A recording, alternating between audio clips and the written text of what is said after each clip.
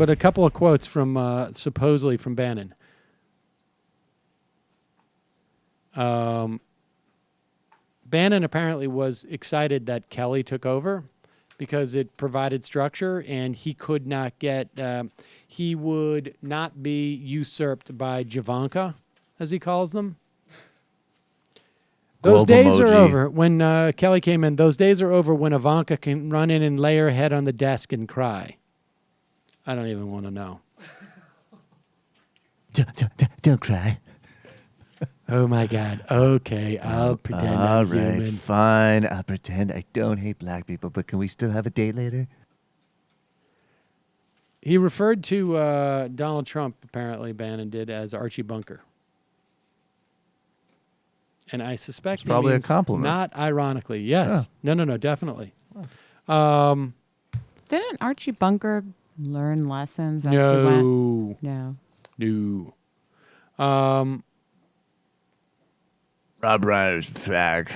Bannon believes that Murdoch. Now, over the past couple of days where Murdoch was supposedly on record as saying get rid of Bannon.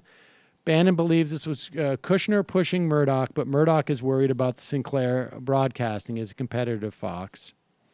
This is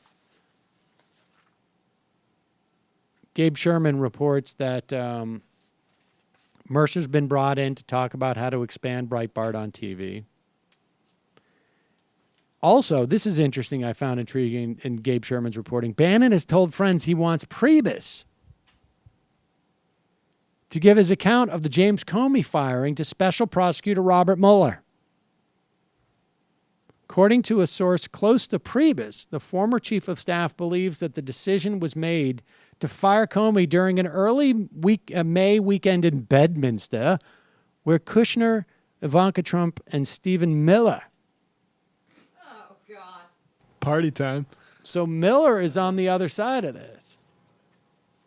Well, Miller, I mean, that's, I think, in some ways what makes him so dangerous is that he is obviously a really disgusting, bigot and white supremacist, but he's, he's of Washington and kind of knows how to do these bureaucratic games more.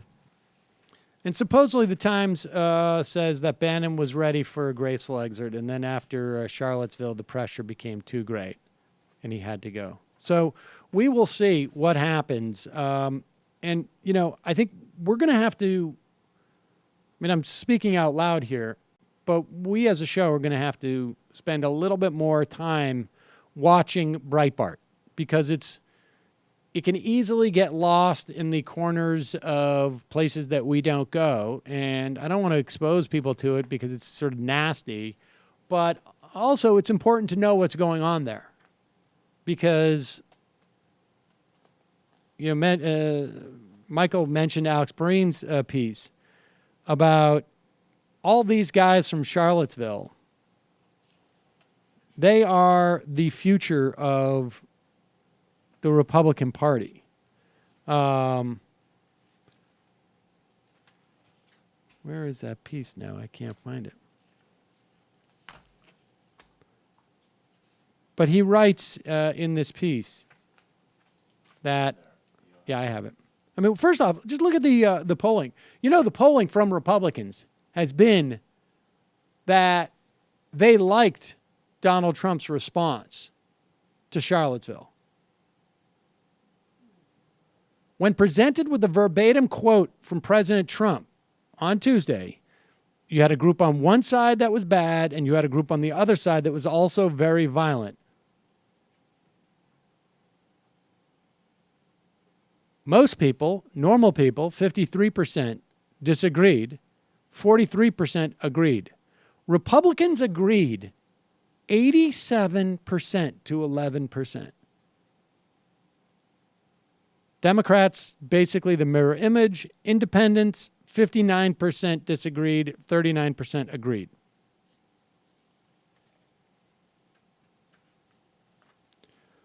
%40 concur with Trump's assertion that both were equally responsible. And that is 2/3 of Democrats blame the far-right groups rather than the counter-protesters. Republicans overwhelmingly blame both sides equally, 64%. So that's where the Republican Party is today. And where the Republican Party is tomorrow, all those guys who showed up at that rally, all those guys who are in college, which is probably a lot of them, these are the guys who are in the college Republicans now.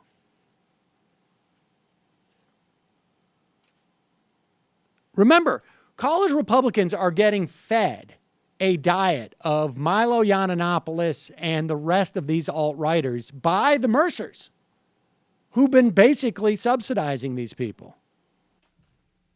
Hi, folks. Sam Seder here. We still need your help on our Patreon page.